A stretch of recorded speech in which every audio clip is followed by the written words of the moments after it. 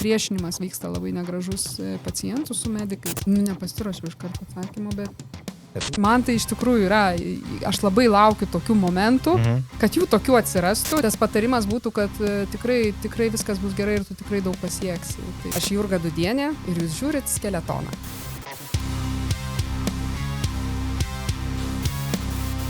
Tai dabar Skeletonas spurtas. Kada paskutinį kartą tavo širdis spurdėjo taip, kad pamiršai, kas tu esi pati? Prisimeni tokią akimirką?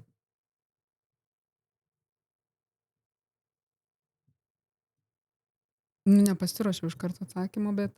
Taip tiesiog pagalvoju. Man daugiausia spurda, žinok, širdis, kai dainoje esu. Ir arba klausau kažkokį, tai irgi labai gerą žinomą dainą ir va, tuo momentu, man atrodo. Iš tikrųjų, ir kai esu dar kartu su savo artimiausiais, ar ne? Va, tai va ta aplinka, kad mes patiriam tą bendrą, tai va toks va momentas turbūt yra. Dabar utopinis klausimas, kad kai šeimos gydytoja, reiškia, yra niekam nereikalinga, ne ta prasme, kad jinai nereikalinga, bet nėra interesantų, reiškia, jie visi viskuo patenkinti. Ką veikia tada šeimos gydytoja? Pasakiškas laikas tobulinti savo kvalifikaciją realiai. Pasigilinti mokytis. Į tuos, man tai iš tikrųjų yra, aš labai laukiu tokių momentų, kad jų tokių atsirastų, nes dabar realiai tą galiu daryti tik tai po tiesioginio darbo, nes nespėju darbo metu. Ir taip, mes turim galimybę vieną dieną per mėnesį paskirti iš tikrųjų savo tobulinimusi, tai jau susikoncentravęs, bet jeigu tas būtų kasdien po tokią akimirką. Bet čia utopija. Tikrai. Utopija, tai sakau, čia bet yra labai gerai iš tikrųjų, nes jeigu mes kažkada pasieksim, čia išsiplėsiu. Siekiamybė čia. Jo, kaip užsienį 6 ar 8 pacientai per dieną, o visą kitą laiką tu keli kvalifikaciją. Ir tiem kitiem 6-8 jau ko reikia, kad mes to pasieksim? Švedijos reikia. Švedijos. Ko daugiau? Nes aš, pavyzdžiui... Reikia, čia nesiplėskim, nes čia... Ne, bet trumpai, žiūrėk, vienas mano draugas gyvena vienoj skandinavinėje šalyje ir jisai sako, kad nėra jokios skirties tarp privačios ir taip vadinamos valstybinės medicinos. Aleliuja. Nėra. Nes aš nežinau, finansavimo šaltinių mes ne apie tai dabar. Bet pats keistumas yra tai, kad tu kreipiesi į tą gydymo įstaigą arba su ja bendradarbiauji, kur yra arčiau tavo gyvenamos vietos. Taškas. Viskas. Visa kita kvalifikacija, kokybė. Vienoda ir nemokama dėl mokamų mokesčių. Taip, nes draudimus. Tai čia mūsų siekiamybė? Manyčiau. Gerai. O dabar grįžtam prie spurto. Ar būna tai, yra tau tekę padainuoti pacientui? Taip, ne kartą. Taip. Ir pacientai mes kartu. Gerai. Ir pacientui padainuoti, aš labai mėgstu tą dalyką. Draugams? Ir draugams, tai visiems. Iš tikrųjų, ne tik folklorą, romansus, ne tik paprastas dainas. O buvo kada diena, kai norisi viską mesti? Buvo. Ir kalbu ne tik apie darbą, ir apie folklorą. Ir tarkim, vietoj to eiti rinkti gėlių. Aš pasakysiu buvo ir tiesiog buvo. Okay.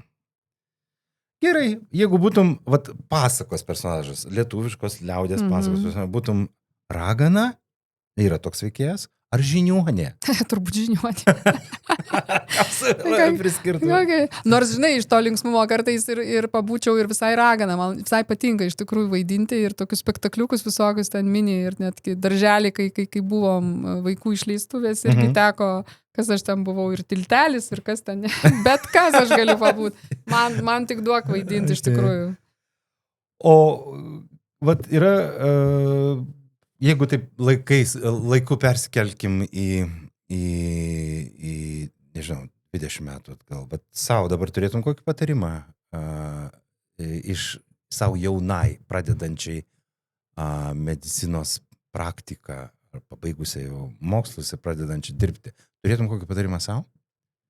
Arba, tarkim, gal turi patarimą dabar ateinančiai jaunai medikai? Gal iš tikrųjų savo, tai aš tikrai daryčiau tą patį.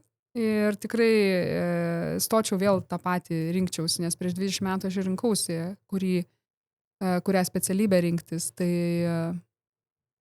gal tiesiog tas patarimas būtų, kad tikrai viskas bus gerai ir tu tikrai daug pasieksi. Tai tada buvo to tokio netikrumo ir nuogastavimo, kaip čia bus. Bet tikrai sakyčiau, kad viskas bus tikrai gerai.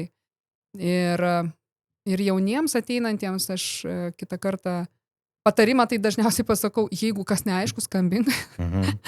Skambink ir tarkis su kolegomis. Taip. Nesakau, kad su ChatGPT iš tikrųjų. Aš sakau kitą kartą, dabar galima būtų sakyti ir su ChatGPT, bet šaltinius pasitikrinti. Aš visą laiką patariu, visada gali kreiptis. Nes iš tiesų būna tokių situacijų ir jauniem ypatingai, ar ne, kai tu nori, ir dabar man būna tokių situacijų, mes tarpusavį tokius konsiliumus padarom. Taip. Čatuose, be ChatGPT, net kiti dar pajungia ir ChatGPT, mes tokius konsiliumus padarom, vieni su kitais tarėmės, tai aš tos drąsos, kad tikrai neužsisklęsti ir su savo kažkokiom problemom nepasilikti vienam. Ar ten tai būtų susijęs su tavim pačiu, kaip gydytoju, ar ne, asmenybėje, ar pradėtum jaustis kažkaip blogai, kad būtinai ateik ir kalbėkis. Ir ar ten sunku atvejai kažkokį, tai ar tenai apvėmė tave žodžiais pacientas. Ateik būtinai ir pasakyk. Tai mano toks patarimas nuoširdžiausias yra visada. Neužsisklęs. Tikrai reikia dalintis ir tikrai padės tau rasti atsakymus. Ir tikrai kolegų... Bus kas atlieps. Ir kolegų labai daug yra, kurie subėgs ir tau padės, žinai. O gerai, yra, pavyzdžiui, ko išmokai iš pacientų, ko nei viena medicinos knyga niekada tau neparašė, patirtis neparašė, kažko tai. Nežinau, pavyzdžiui, pasitikėjimo arba rūpesčio savimi. Tai aš tai gal iš jų tiesiog labiausiai tai išmokstu iš tų, kurie turi ypatingai sunkes ligas, lėtinės, net nebūtinai ir onkologinės. Taip. Yra daug autoimuninių ligų, tai optimizmo. Nes, šakės atrodo kitą kartą, kaip tu gali būti toks optimistas, turėdamas tokią situaciją, tai vat to išmokti labiausiai, sakyčiau, ir tai padeda, nes tada tu supranti, kiek ten tavo menkas koks nors nusivylimas kažkokiu menkniekiu yra menkas iš tikrųjų. Tai optimizmo labiausiai iš tikrųjų. Iš labai sunkių. Gerai. Kas sudėtingiau diagnozuoti yra? Kraujospūdį ar būsimą sveikatos reformą? Kraujospūdis tai gana jisai aiškus, iš tikrųjų reikia svarbiausia jį žinoti ir kaip jį valdyti. Yra daug būdų, nebūtinai su labai sunkiais vaistais. Čia gyvensena irgi daug padarom iš tikrųjų kartu su pacientu. Tas pats rūkymo metimas, kiek prisideda prie pažemėjusio kraujospūdžio ar druskos susitvarkymas, kad nebūtų pertekliaus. Su sveikatos reforma mes labai atitolstam ir supriešinimas vyksta labai negražus pacientų su medikais. Visuomenės, kai jie paskui susėda į vieną valtį, tai kažkaip... Paaiškėjo, kad nėra tiek daug skirtumų. Čia iš tikrųjų, ta prasme, begaliniai liūdna žiūrėti, kaip mes tame liūne šitiek metų murgdomės. O tai galėtum kokią diagnozę duoti šaliai, Lietuvai? Jeigu reiktų paimti kokią nors tau žinomą diagnozę, ar ją pritaikytum, ne? Depresija mes, pavyzdžiui? Ne, mes nesam, žinok, mano aplinkoje gal tokia aplinka, kad labai daug optimistų ir daug pozityvo. Žodžiu, sveika gyvensena gyvena šalis, ar ne? Šalis tiek negyvena, turi tokia pasimetimo, gal sakyčiau, diagnozė, jeigu tokia galima. Tokia pasimetė kartais. Ir šiaip, matai, nerimo mes dabar turim dėl viso, kaip čia yra tas terminas geopolitinis. Tai aš tai manau, kad mes dabar turim įtampos ir streso būseną. Grinai, tokią nerimo būseną mūsų šalis turi kaip sindromą tokį tiesiog. Nes, negali būti neobjektyvus ir atitolęs nuo to, kas yra šalia.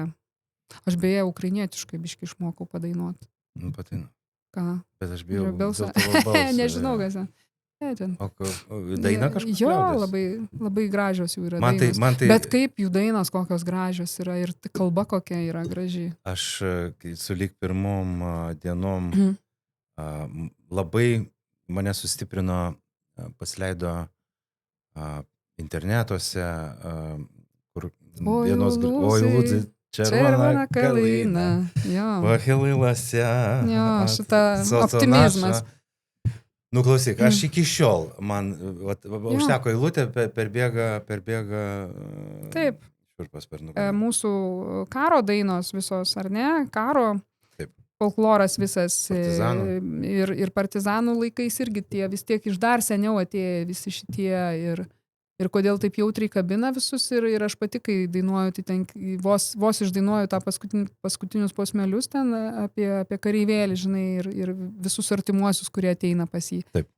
Nes, mes, tu prasme, dar labiau užaštrina ta dabartis, tas dainas, jos niekaip nenugrims į praeitį. Tapo aktualios, ir kai tu klausai, ar kažkaip tai blėsta, nu niekaip neblėsta. Kai viskas šalia yra. Negali išblėsti. Gerai. Per tai pilietiškumą labiausiai, manau, galima. Ne tai, kad labiausiai, bet kartu labai galima ugdyti per visą folklorą mūsų. Jo. Nesinori man medicininiais terminais kalbėti apie tai, bet pati esi savo paskyrus kraujo tyrimų?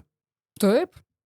Tai aš tai labai seku savo stebių būklę. Okay. O planinius, tai, kaip čia. Garbės reikalas. Bet gali savo, pavyzdžiui, paskirti? Tai aišku gali, aš savo receptą galiu pasirašyti. Gerai. Galioja jisai tarp. Tau gerai. Nes mes antibiotikų mylėtojai, kai mums bloga, mes taip norėtum, bet nežinom kaip. Gerai. Miela Jurga, tyla ar balsas? Balsas. Kūnas ar siela? Siela. Daina ar diagnozė? O čia kuria prasme dabar čia? Vat kaip nori, taip atsakyk. Man tai daina. Rytas be žadintuvo ar vakaras be telefono? Vakaras be telefono. Žmogus ar sistema? Žmogus. Tik žmogus. Močiutės patarimas ar žiniuonės patarimas ar gydytojo receptas? Bet čia jau kurią temą pažiūrėsim. Jeigu reikia tikslumo ir diagnostikos, tai aišku, kad gydytojo. O jeigu reikia sielos pagydymo, tai močiutės patarimo. Kas blogiau, kai serga širdis, ar kai turi aukštą kraujo spaudimą? Čia gudrus klausimas. Matai, kai širdis serga, tai tada ir kraujospūdis bus aukštas. Pataikiau. Aišku. Tai...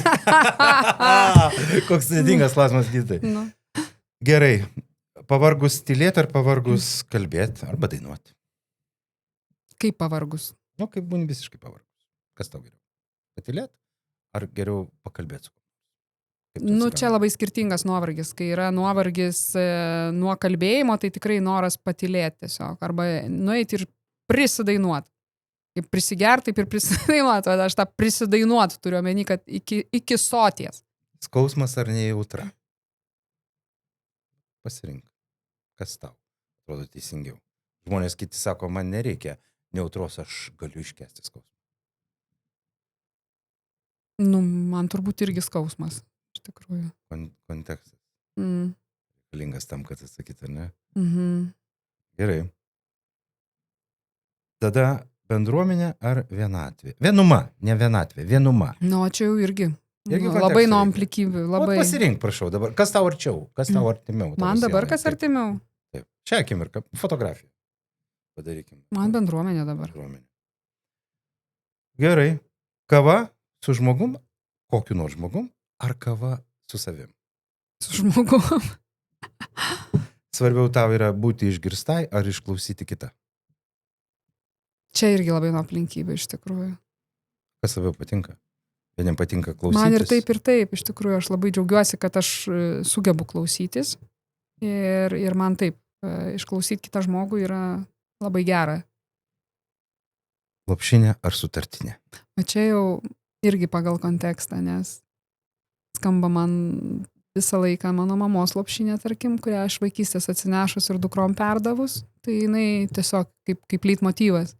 Bet sutartinė tai didžiausias kaifas yra dainuoti, žinok, sutartinė, kai tu tas mūsų folkloro sutartinių, aš nežinau, ten pavieniai tik kas gali atkartoti. Tai yra kažkas tokio, žinok. Mano vainikas jo dabar sunkiai pelnytas jo dabar šilalė rinktas jo dabar rakelė pintas jo dabar Šalaukoje las juda dabara, pučiaurne kelas juda dabara. Juda barėla, juda